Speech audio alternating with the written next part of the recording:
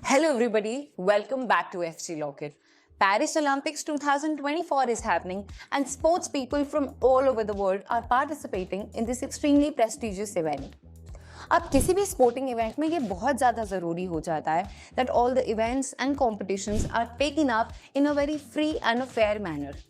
पर sporting world में one of the biggest challenges that has been faced when it comes to organization of games in a free and a fair manner is the problem of doping.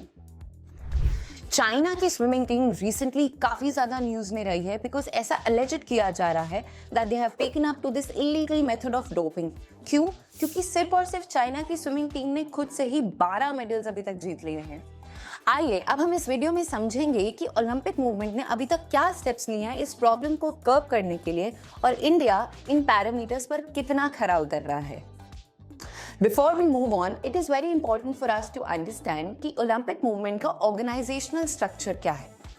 The first and the foremost body is that of International Olympic Committee. Hereinafter हम इसे IOC कहेंगे for the sake of brevity. IOC is the utmost and the ultimate body जो कि सारी decision making करता है when it comes to the Olympic Games. Second set of bodies are the international federations. These basically are sporting federations. अब जो भी rules regulations रहते हैं जो कि गवर्न करते हैं उस पर्टिकुलर स्पोर्ट को वो डिटरमाइन किए जाते हैं इन स्पोर्टिंग फेडरेशंस द्वारा। ओलंपिक गेम्स में जो भी टेक्निकल एस्पेक्ट्स होते हैं वो ये इंटरनेशनल फेडरेशंस ही डिटरमाइन करती हैं। एग्जाम्पल के तौर पे ले लें तो badminton federation. Third set of bodies are the national Olympic committees, short में हम इन्हें NOCs बोलेंगे। अभी के टाइम पे 206 NOCs are recognised by the IOC। NOCs का बेसिकली काम होता है ओलंपिक मूवमेंट को अपनी रेस्पेक्टिव कंट्री या टेरिटरी में डेवलप करना, प्रमोट करना एंड प्रोटेक्ट करना। अगर हम इंडिया की बात करें तो हमारी NOC का नाम है इंडियन ओलंपिक एसोसिएशन। IOA एक नॉन प्रॉफिट ऑर्गेनाइजेशन है and it is registered under the societies registration act of 1860 in India. अब अगर हम डोपिंग की बात करें तो डोपिंग को अगर हम सरल भाषा में समझें, this is actually taking of illegal substances by an athlete to enhance his or her performance. Now this is something which is not just harmful for the fellow contestants and the players, but that is something very very harmful for the body of the athlete as well who's consuming it. ना सिर्फ ये, this is also a social menace because the society in general looks up to sportsmen because they are considered to be an epitome of hard work and dedication. अब doping का जो issue है वो sports world के आगे वैसे तो बहुत ज़्यादा पुराना है, बट IOC के सामने ये हाईलाइट हुआ था इन द ईयर ऑफ 1916। 1916 में एक Danish cyclist died during his team trials and it was considered that apparently he was high on drugs. 1967 में फिर एक बार a British cyclist in the name of Tommy Simpson died and he was found to be very high significantly on doping. इसके बाद में बहुत ज़्यादा फ्यूरोर हुआ and IOC को लगा now it has to take certain steps to curb this menace. इसके बाद IOC ने बनाया अपना एक मेडिकल कमीशन, hereinafter हम इसे IOC-MC कहेंगे। IOC-MC ने वैसे तो बहुत सारे स्टेप्स लिए to curb this problem, but still they were having a need to have a dedicated body because they wanted कि गवर्नमेंट पार्टिसिपेशन भी इसमें रहे। अब उन्हें ऐसा क्यों लग रहा था? Because there were certain issues that were actually needed to be addressed. सबसे पहला इशू था harmonisation of the anti doping codes. Different countries और डिफरेंट स्पोर्टिंग फेडरेशंस के अपने ही एंटी डोपिंग वायलेशन कोड्स थे। अब इस वजह से काफ़ी ज़्यादा कन्फ्यूजन होता था और क्लैशेस भी होते थे और केसेस आने लगे थे सिविल कोर्ट्स के सामने। तो अब इनका हार्मोनाइजेशन बहुत ज़्यादा ज़रूरी था। सेकेंड इशू जो एड्रेस करना बहुत ज़रूरी था, द प्रॉब्लम ऑफ रिसर्च। एक डेडिकेटेड बॉडी का होना ज़रूरी था जो कि रिसर्च करे with the growing developments in the pharmaceutical society. तीसरा प्रॉब्लम ये था कि it was important to address this issue because ये ना सिर्फ एक स्पोर्टिंग वर्ल्ड के लिए प्रॉब्लम था बट एक पब्लिक हेल्थ इन जनरल के लिए भी मेनेस बनने लगा था।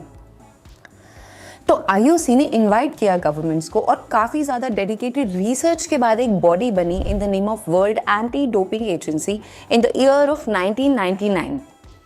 2004 तक वाडा ने एक कोड बना लिया था, world anti doping violation code. 2007 में यूनेस्को का एक कन्वेंशन हुआ जिसमें सारी कंट्रीज ने इसको रैटिफाई कर दिया। India was also one of the countries जिसने वाडा की एक्टिविटीज़ को और इस कोड को रैटिफाई कर दिया था। अब अपनी इसी कमिटमेंट को फुलफिल करने के लिए इंडिया 2022 में नेशनल एंटी डोपिंग एक्ट लेकर के आया। इसके अंदर एक बॉडी को बनाया गया in the name of national anti doping agency. अब इंडिया में नाडा का काम रहता है सारा anti doping violations and codes को इम्प्लीमेंट करवाना, सारा research, activities, awareness programmes, lab testing, ये नाडा करवाता है इंडिया में। नाडा किसी भी प्लेयर को कभी भी बुला सकता है टेस्टिंग के लिए। दोनों तरीके की टेस्टिंग नाडा कर सकता है, both in competition testing and out of the competition testing.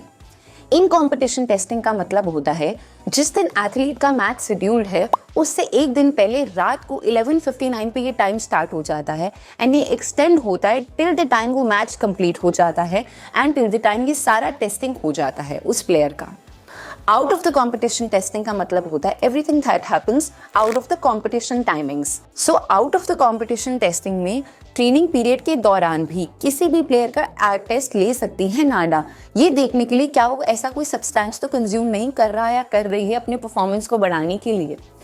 तो अगर किसी भी टाइप का टेस्ट नाडा लेता है, बी इट ब्लड टेस्ट और यूरिन टेस्ट, दोनों ही जो सैंपल्स के लिए किए जाता है वो जो जिस भी लैबोरेटरी को भेजा जाता है that is a Wada accredited lab. जब सैंपल को लिया जाता है डोपिंग कंट्रोल ऑफिसर द्वारा तो ये इंश्योर किया जाता है वो सैंपल एक ऐसी लैबोरेटरी में जाए जो कि वाडा के द्वारा एक्रेडिटेड हो। जब सैंपल लिया जाता है तो उसे दो पार्ट में डिवाइड किया जाता है, sample A and sample B. Sample A testing के लिए जाता है और सैंपल बी को प्रिजर्व किया जाता है फ्यूचर पर्पसेस के लिए। अब अगर हम इंडिया के परफॉर्मेंस की बात करें when it comes to anti doping rule violations, unfortunately we have not been good at all. 2019 में वाडा के हिसाब से we were the 4th largest violator.